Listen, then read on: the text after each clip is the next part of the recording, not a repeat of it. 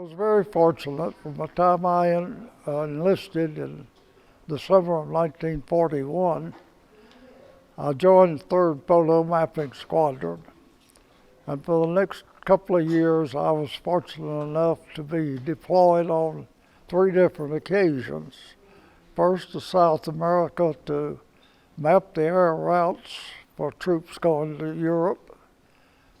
From there, we went to Alaska and covered the Kiska invasion and mapped the routes for the Alcan Highway. From there, we went to China and mapped the flight routes over the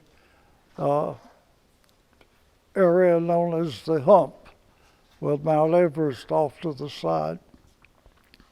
And I had been with the 3rd through those years, and in the summer of 1944, the squadron was moved from Tampa, Florida, out to Salina, Kansas. And there we started transitioning for long-range flights. We were transitioning for the new B-29 bomber that was just being put in production. During the time we were there, a flight of 4 airplanes was called away from the 3rd, and we were sent back to China. We were stationed in Xinjiang, just out of Chengdu. From there, we mapped and did reconnaissance up the east coast of China on several occasions as far north as Vladivostok, Russia. Coming back down, we would map the Korean Peninsula, do sea search across CLSC, and go back to our home base. But in the spring of 1945, it was determined that we were no longer needed in China. So we were sent to the island of Guam in the Marianas. And there we rejoined the 3rd Photo Squadron that we had left in Salina. For the duration, we flew under the operation of 3rd Photo. Our mission is assigned on any particular day, as we could not take a fully loaded B-29 out of a Ganya at Harmon Field. If we were assigned the mission tomorrow, on the afternoon before, we would take the 29 and fly lightly loaded over to North Field, where we would load the airplane with gas and ammunition, cameras, and so forth. We would then be trucked back down to Agana, given supper, a couple hours sleep, waked about 2 o'clock in the morning to have a good breakfast, trucked back over to Northfield, and around 3 o'clock in the morning we would take off the cliffs at Northfield and fly to the home island. So this we did on a number of occasions prior to the morning of August the 6th. That was no special day for us. We had followed the same procedure. As we approached the home island of Japan, it was about 5 hours from the takeoff until we reached the home island. We knew that as soon as we crossed the island, we would start getting enemy aircraft, anti-aircraft fire. So we would stop and put on our flak gear and be ready for that.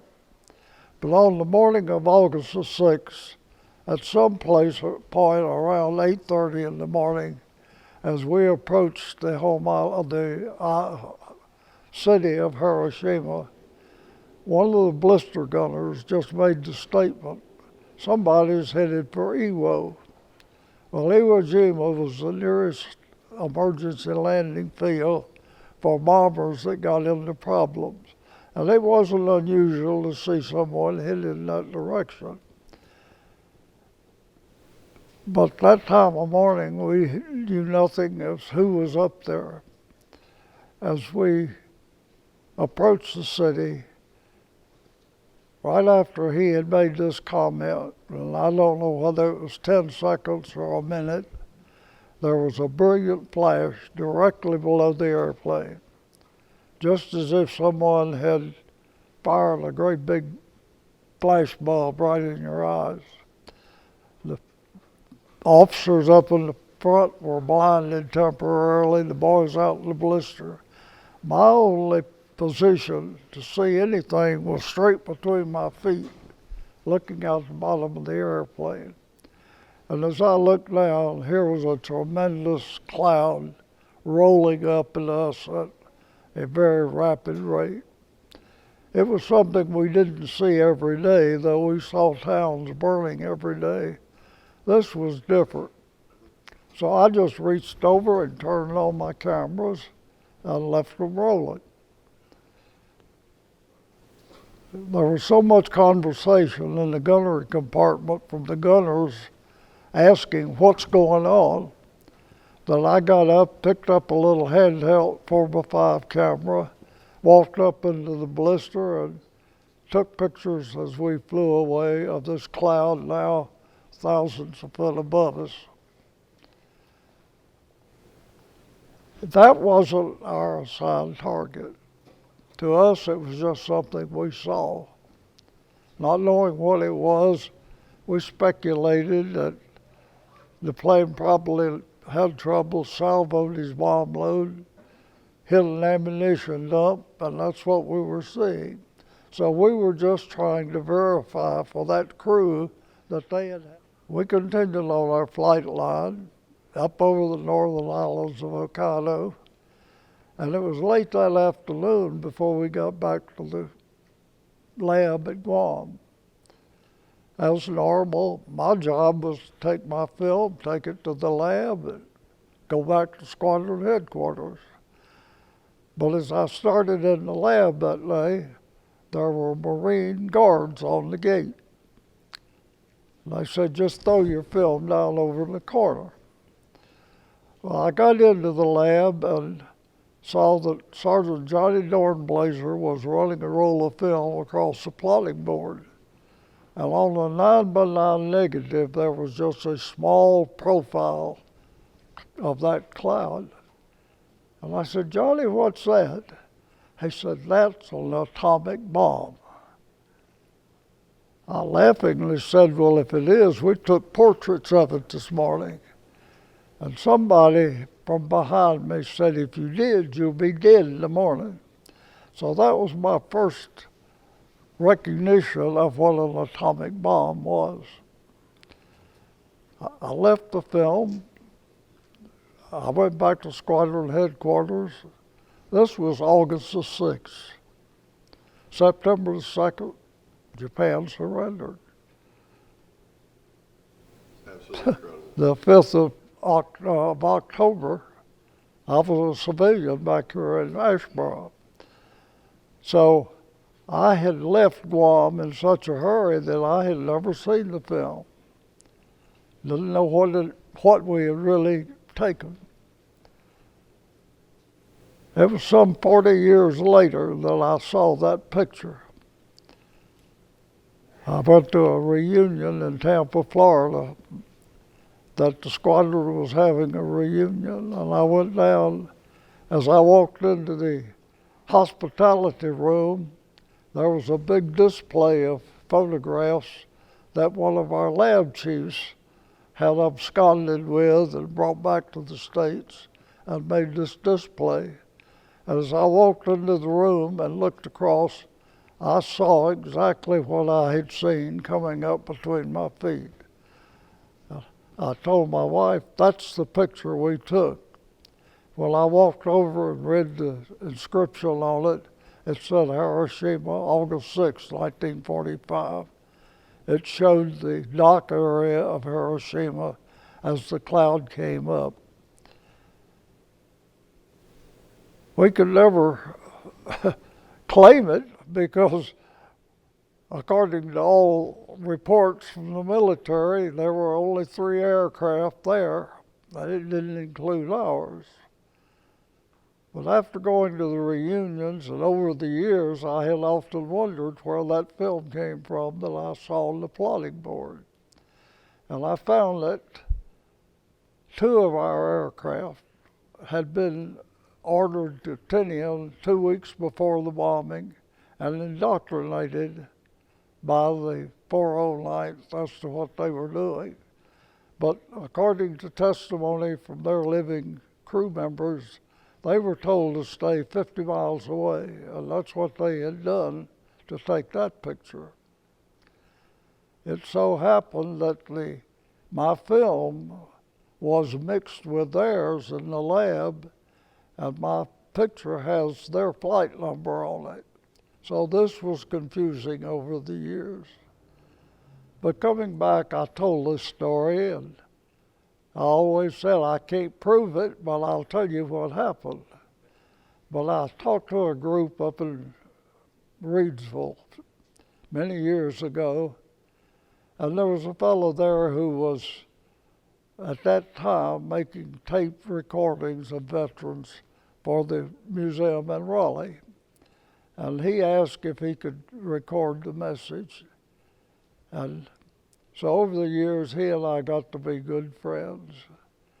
And later, he moved to Farrington Village. A new veterans group was being formed over there, and he asked me if I would come tell the story. So in order to get out some publicity, he'd put out posters. And somebody in that area had just contacted someone in the operations of the 409th Bomb Group and asked if they knew me. And he sent back an email, said no, said he's just some smart mouth trying to make a name for himself. I emailed him and said, at least you might hear the story before you start bad-mouthing. I got the nastiest email back from him, said, why don't you quit telling your fairy tales, said you're going to end up in jail.